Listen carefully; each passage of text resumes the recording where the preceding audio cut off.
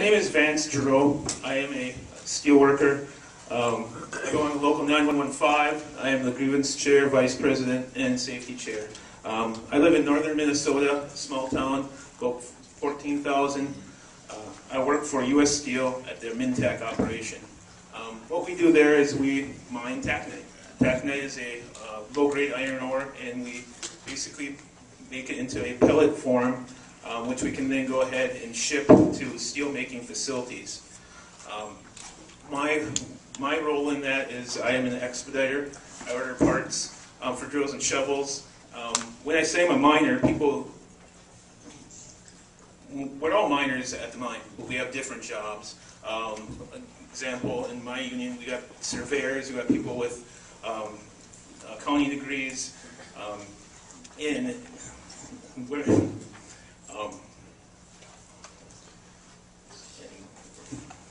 for me, it's the reason why I decided to get on this bus and tour around here is because green jobs are very important to us. And as a steel worker, people don't really think that we're part of the green supply chain, but we really are. Last year at this time, I was unemployed, and I was actually one of the lucky ones. I was only laid off for about 3 months. We have a sister facility called Keitech, which is smaller than us, and some of those people were laid off for a year. And it was really, really hard for our economy. It didn't affect just our mines, just what I did, but every organization that deals with us is dependent on the mines in my area.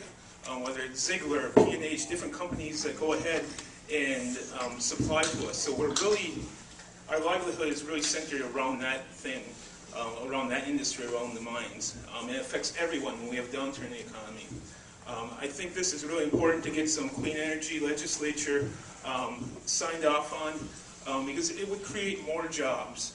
It could diversify, and which would really help my area, and it would help us as well because we do.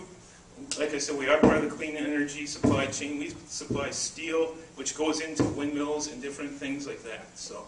With that said, I'm going to introduce partner Bob Brown, who works at another mine down in the same area as me. Thank you.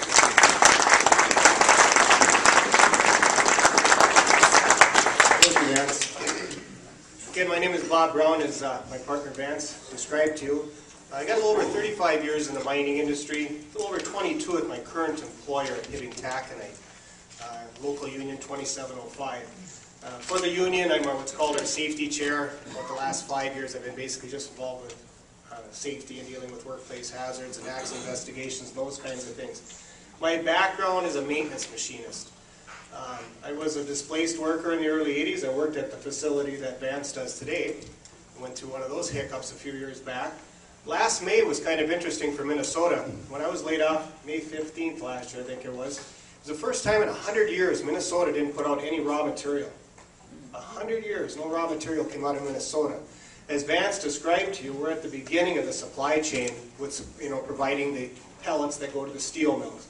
And they get involved in doing everything from cars to the chairs probably that we're sitting on tonight. The other part of the history, the edge of our mine was an iron ore mine, and during World War II, that Hull Rust mine provided a majority of the steel that was used for the war efforts, both for the shipbuilding and the tanks. So a lot of history with the product that we supplied. I was off for 10 months, considerably longer than what Vance was. The facility I work at has about 535 hourly people. I think there's about 750 of us total there.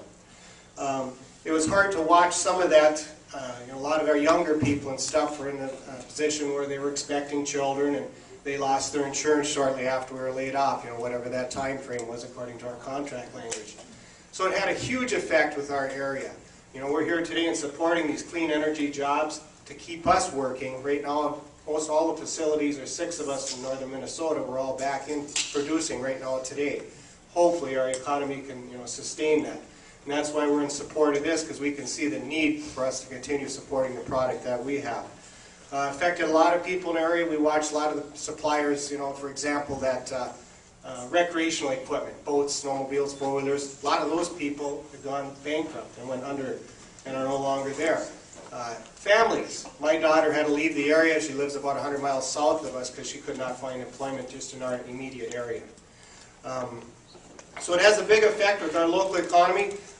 Next person I would like to have the opportunity here to introduce is he's the president of the Utility Workers Local 223. He's been a strong advocate of the clean energy jobs. And I'd like to introduce Jim Harrison.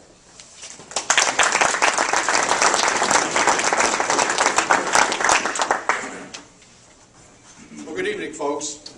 I beg a little bit of indulgence before I start.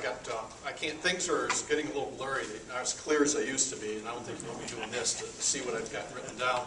So I want to thank everybody and the Blue Green Alliance for giving me an opportunity to say a few words this morning. Utility workers are the men and women who bring this nation gas, heat, electricity, power, and clean drinking water. And we're a proud and active member of the Blue Green Alliance because we know how important it is to be at the table in discussion shaping a comprehensive energy policy for this nation. We also know that working people don't have to make a choice between family-sustaining, good-paying jobs and green technology. In order to ensure healthy air and a stable climate for our children and our grandchildren, we must make responsible decisions about our energy sources. That's why we're here, to remind our senators that the job is not done. Inaction on the part of the U.S. Senate in regard to passing comprehensive energy legislation is not getting the job done. We must pass a comprehensive climate change legislation that includes a carbon cap emission that will spur investment in clean technologies, a federal renewable electricity standard, easy for me to say, that will drive demand for clean energy products produced in the United States, Building Star, Homestar and Building Star, two programs that will catalyze the weatherization of homes and retrofit commercial buildings in America. Critical manufacturing and investments, including Senator Sherrod Brown's Impact Act, which provides assistance to small and medium-sized manufacturers to retool the clean energy economic sector. Provisions that will help prevent the leakage of American jobs to countries with weaker and non-existent environmental standards like China, and provide assistance to domestic energy-intensive manufacturers like steel and autos, along with the rest of the nation transition to a clean energy economy, and an effective energy resource standard, as well as investment in energy efficiency and quality assurance standards.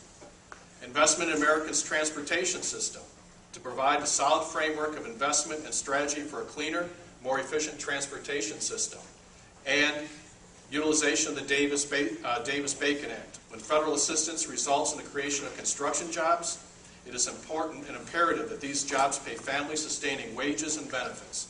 Federal prevailing wage laws should be applied in a consistent manner when federal resources are committed to programs that create construction jobs and help to ensure that taxpayer money is not used to drive down local wages, benefits, and our standard of living. Clean energy solutions solve multiple problems: increasing and volatile fossil fuel prices, energy supply shortages, a growing dependence on natural gas, and a need for more domestic energy supplies, and harmful air pollution. Clean energy solutions will help stabilize electricity prices, reduce natural gas prices, reduce emissions of carbon dioxide and other pollutants, and create jobs at the same time. Without taking important energy issues to task, we're missing an opportunity to positively address climate issues and the opportunity to create good-paying jobs. We can re-energize our economy by re-energizing America. Building a smart grid that transmits cleaner, renewable energy will create good jobs. We need to take action to make those jobs reality now. With nearly 1 out of 10 Americans still out of work, here in Michigan that ratio is even greater. We need action to create and preserve millions of jobs across this country, and we can do that with clean energy. We have two crises occurring at the same time: a climate energy crisis and a job crisis. We have no national strategy to put people back to work. A comprehensive climate and energy legislation is the best way to get people back to work. The job's not done. Congress needs to finish the job already started by the House of Representatives, who passed critical energy and climate legislation, and many in the Senate agree that we need to move forward now. Instead of importing renewable energy technology from overseas, we should be developing and manufacturing that technology here in America.